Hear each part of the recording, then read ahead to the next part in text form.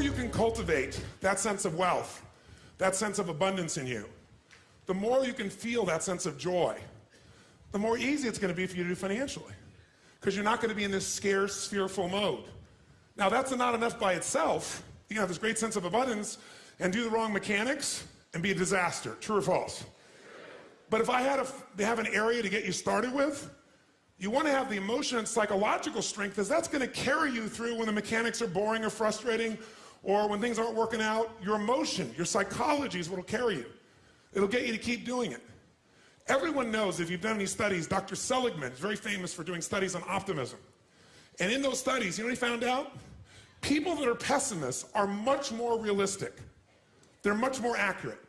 If you give them a test and you ask them to look at something and give you a size measurement of it, or to evaluate their own success or failure at a task, in every study Seligman's done, he did it in University, I think Pennsylvania if I remember correctly originally, what he found was that optimists always see themselves as doing better than they really did. They basically BS themselves. What happens to pessimists, they're 10 times more accurate. But here's what he found out. What he found out is because the people who are accurate never push themselves because they know it's never going to work anyway. Whereas the optimist sees it better than it is, so they keep doing it. Because they have the illusion they did well, I'll do even better next time. And because of that optimism, they did it more often, and so optimists succeed at a 4 to 5-fold, depending upon the task, result ultimately beyond anything that a pessimist will do, and they're not as accurate. All that's a big way of saying is, if you can develop a psychology of resilience in yourself, you don't have to be optimistic or fake, you can be real. The realness is, whatever shows up, you are larger than anything that can happen to you. You are larger than any financial challenge you could ever face. Who here has gone through a very tough financial time where you didn't know how you were going to pull it off, but eventually you did? How many have done this before? Say aye. How many have had this happen more than once in your life? Say aye.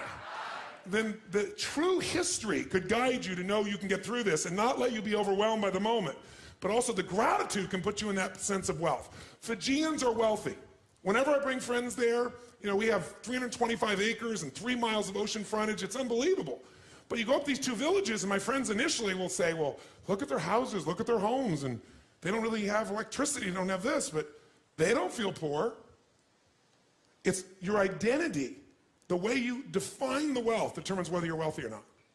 So are there enough things for you, knowing that 2/3 of the planet lives on $2 a day, that you could get yourself to really feel grateful, yes or no? Yes. How much of your life do you get benefits from today that you never had to create? Think about it. Like I said, the road you ride on, the library, the books you didn't have to write, right? The internet that you can access in seconds and get answers to just about anything. The people in your life that you didn't have to raise, but are there for you. Think about all the different aspects of your life. If you want to be wealthy, all you have to do is associate. So before we do the financial part, because financial independence is different than wealth. Wealth is that state of mind. Financial independence is being in that position where you don't ever have to work again. That if you work, you do it because you really want to. Now, I'll give you a clue. If you get financially independent and you don't work, you'll be miserable.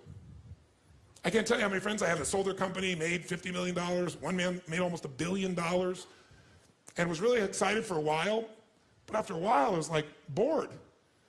His vehicle of his business gave him a sense of contribution, and he was always growing, figuring out how to solve problems, and he had all the people he was connected to in the business, all the employees and friends and associates, and he was significant because he was doing something worthwhile.